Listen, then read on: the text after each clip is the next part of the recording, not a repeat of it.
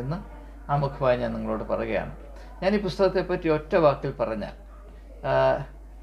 ഇംഗ്ലീഷായിരുന്നു എൻ്റെ പ്രധാനപ്പെട്ട ഭാഷ എന്നതുകൊണ്ട് ഞാനിതിനെ a kaleidoscope of contemporary life എന്ന് പറയും. അതായത് കലൈഡോസ്കോപ്പ് നിങ്ങൾക്കറിയാം, പല വിധത്തിലുള്ള ദൃശ്യങ്ങൾ, അതിനകത്തുള്ള കാര്യങ്ങളൊന്ന് കുലുക്കിയിട്ട് തിരിക്കാൻ വേറെ ഇങ്ങനെ വരും. അങ്ങനെ പലവിധമായ കാര്യങ്ങൾ ഒന്നിച്ച് ചേർത്തിട്ടുള്ള മനോഹരമായ ഒരു കൃതിയാണ് A kaleidoscope of contemporary life.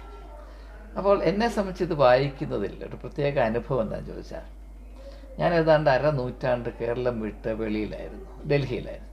അപ്പോൾ കേരളത്തോടുള്ള എൻ്റെ ബന്ധം വളരെ ബലഹീനമായിരുന്നു. എന്നാൽ ഈ പുസ്തകം വായിച്ചോടുകൂടെ പല കാര്യങ്ങളും വിട്ടുപോയ പല കാര്യങ്ങളും എനിക്ക് തിരിച്ചു പിടിക്കാൻ കഴിഞ്ഞിട്ടുണ്ട്. അതുകൊണ്ട് വളരെ പ്രത്യേകതയുള്ളൊരു അനുഭവമായിട്ടാണ് ഇത് വായിച്ചപ്പോൾ ഇതെനിക്ക് ബോധ്യപ്പെട്ടത്. രണ്ടാമതായിട്ട് എനിക്ക് പറയാനുള്ളത്, ഈ പുസ്തകത്തിലൊരു പ്രത്യേകമായ സെൻസിബിലിറ്റി ഉണ്ട്. നാം ജീവിതത്തെ കാണുകയും ഓരോ അനുഭവങ്ങളെ വിലയിരുത്തുകയും ചെയ്യുമ്പോൾ, അതിനെപ്പറ്റി പ്രതിപാദിക്കുമ്പോൾ നമ്മുടെ വ്യക്തിത്വത്തിൻ്റെ രുചി അതിൽ കടന്നു വരും. ഓരോ എഴുത്തുകാരൻ്റെയും പ്രത്യേക സിഗ്നേച്ചറുള്ള ഒരു സെൻസിബിലിറ്റിയുണ്ട്. എൻ്റെ ആത്മാവിനോട് വളരെ അടുത്ത ഒരു സെൻസിബിലിറ്റി, ഒരു വൈകാരിക, ബൗദ്ധിക, സർഗാത്മകപരമായ ഒരു മൃദുലത, ഒരു പ്രത്യേകത, ഒരു പുഷ്പത്തിൻ്റെ മണം പോലെ, അല്ലെങ്കിൽ ഒരു കുഞ്ഞിൻ്റെ മുഖത്ത് തെളിഞ്ഞു വരുന്ന പുഞ്ചിരി പോലെ, അല്ലെങ്കിൽ ആറിലൊഴുകുന്ന കാട്ടാറിൻ്റെ ഒരു ചെറിയ സ്വരം പോലെയുള്ള പ്രത്യേകത ഇതിലുണ്ട് എന്ന് പറയാൻ എനിക്ക് സന്തോഷമുണ്ട്. അതുപോലെ തന്നെ ഇതിൽ കൂടെ പ്രകടമാകുന്ന ആ ശൈലി, എഴുത്തിൻ്റെ ശൈലി, സ്റ്റൈലെന്ന് പറയും.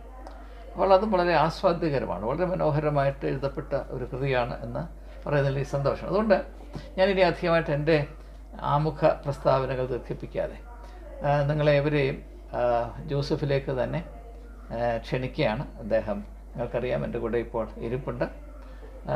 എനിക്ക് വളരെ അത്ഭുതമാണ് വാസ്തവത്തിൽ ഇങ്ങനെ ഒരു കൃതി. ഇത് വളരെ ബൃഹത്തായ ഒരു കാലഘട്ടത്തെയും അതിൻ്റെ ജീവിത, ഇംഗ്ലീഷിൽ പനോരമ എന്നൊരു വാക്കുണ്ട്, ദ പനോരമ ഓഫ് ലൈഫ്.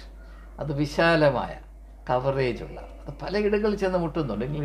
ഡൽഹിയിൽ പോകുന്നുണ്ട്, മറ്റിടത്ത് പോകുന്നുണ്ട്, കേരളത്തിലൂടെ സഞ്ചരിക്കുന്നുണ്ട്, അവിടെ പോകുന്നുണ്ട്, ജീവിതത്തിൻ്റെ വിവിധ മുഖങ്ങളെ ഉൾക്കൊള്ളിക്കുന്നുണ്ട്. വളരെ ബൃഹത്തായ ഒരു ദർശനം, എ കോംപ്രിഹെൻസീവ് വിഷൻ നമുക്ക് പറയാം.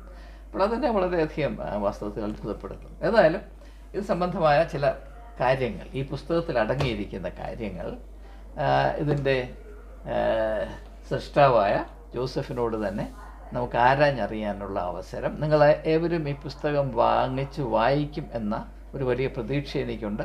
I am happy to very strongly